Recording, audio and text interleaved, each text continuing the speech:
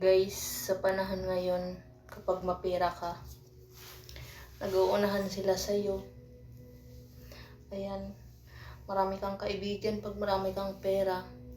Pero kapag nalaman nilang wala ka ng pera, wala ka na rin kwenta, wala ka na rin kaibigan. Yan yung na-experience ko, guys.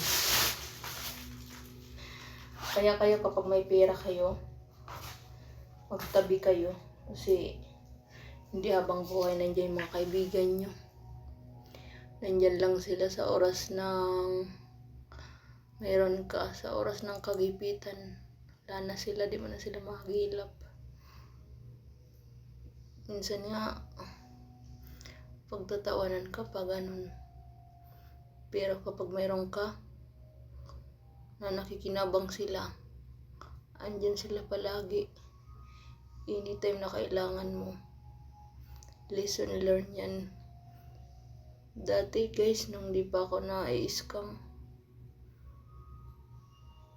marami akong kaibigan.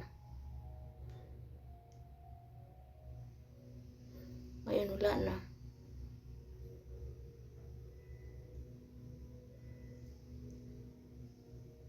Di ba ang hirap mag-break up? Bahala na. Di ako marunong mag-make up guys. Nawawala pa yung aking lip tint. So, ayun lang guys ang natutunan ko sa buhay.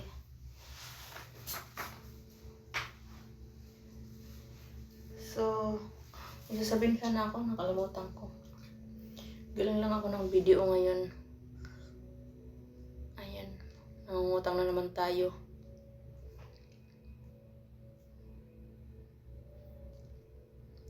Sana mahanap ko yung DTI ko.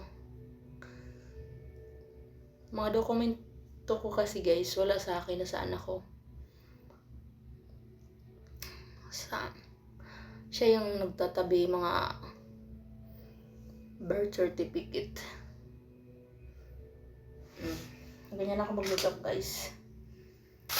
Lip tint lang sapat na. Pero pag maganda ka talaga, hindi mo na kailangan mag-makeup. Katulad namin na humarap sa tao, sa client. Kailangan namin mag-ayos. Pero dapat,